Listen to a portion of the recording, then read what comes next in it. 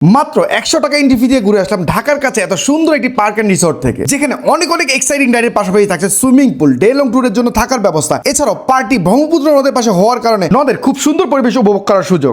সবকিছু মিলিয়ে ঈদের ছুটিতে ঢাকার কাছে ডে লং ট্যুরের জন্য প্লেসটি কেমন হতে পারে সেটারই একটা ছোট্ট একটা এক্সপিরিয়েন্স আজকে আপনাদের সাথে শেয়ার করব। মূলত কয়েকদিন আগে ফুড রিভিউয়ার্স নারায়ণগঞ্জ গ্রুপের পক্ষ থেকে ঢাকার নারায়ণগঞ্জ ও মুন্সিগঞ্জের ব্লগারদেরকে নিয়ে একটা গেট টুগেদার আয়োজন করা হয়, যার নাম দেওয়া হয় ব্লগার জোলাপাতি। আমরা সেই ব্লগার জোলাপাতি প্রোগ্রামে অ্যাটেন্ড করার জন্য সকাল সকাল চলে যায় আনন্দ পার্ক এন্ড রিসোর্ট। ঢাকা থেকে মোটামুটি 30 থেকে 40 মিনিটের মধ্যেই আমরা সেখানে পৌঁছে যাই। যাওয়ার সাথে সাথে আমাদেরকে সকালের নাস্তা সার্ভ করা হয়। নাস্তা শেষ করে তাদের রিসোর্টের উপর থেকে চারপাশে সৌন্দর্য উপভোগ করছিলাম। দেখতে অনেক সুন্দর লাগছিল, চারপাশে সবুজে ঘেরা। ঢাকার এত কাছে এত সুন্দর সবুজে ঘেরা পরিবেশ পেয়ে যাবো ভাবতে পারিনি। এরপর আমরা চলে আসি পার্কের সবচেয়ে সুন্দর জায়গা ব্রহ্মপুত্র নদের পারে। এই নদের পাড়টা এত সুন্দর করে সাজানো গোছানো ছিল, এক কথায় অসাধারণ। এবং বিশ্রাম নেওয়ার জন্য কাঠের চকিও দেওয়া ছিল। পুরো পার্কের মধ্যে আমার কাছে এই এরিয়াটাই সবচেয়ে বেশি ভালো লাগছে। বিশেষ করে এই ছুটিতে আপনারা যারা নদী বা সমুদ্র ভ্রমণে যেতে যাচ্ছিলেন কিন্তু যে কোনো কারণে যাওয়া হয়নি, তারা এই আনন্দ পার্কের রিসোর্টে ঘুরে আসতে পারেন। আশা করি আপনাদের কাছে বেশ ভালো লাগবে। এরপর আমাদের জন্য বেশ কিছু খেলাধুলার আয়োজন করা হয়, যদিও কোনোটাতে জিততে পারে নাই, কিন্তু অনেকদিন পরে বেশ মজা করছি। খেলাধুলা শেষ করে ফ্রেশ হয়ে দুপুরে খাবারের আয়োজনটা দেখতে চলে গিয়েছিলাম। আজকের খাবারের আয়োজনে সাদা ভাত, হাঁসের মাংস,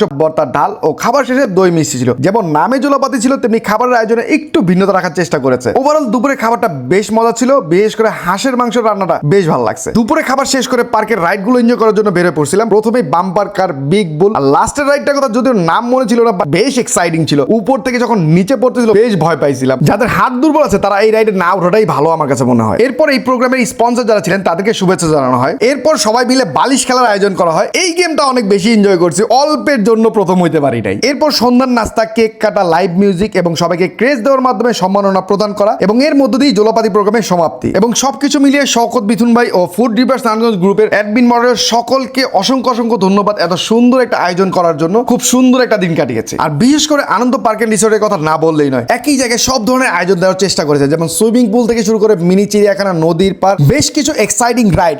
সবকিছু মিলিয়ে ডে লং ট্যুরের জন্য কমপ্লিট একটা প্যাকেজ দেওয়ার চেষ্টা করেছে। সো যারা ঈদের ছুটিতে ঢাকার আশেপাশে সবুজ পরিবেশে একটু মন খুলে একটা দিন উপভোগ করতে যাচ্ছেন, তাদের ঘোরাঘুরির লিস্টে আনন্দ পার্কের রিসোর্টটাকে রাখতে পারেন।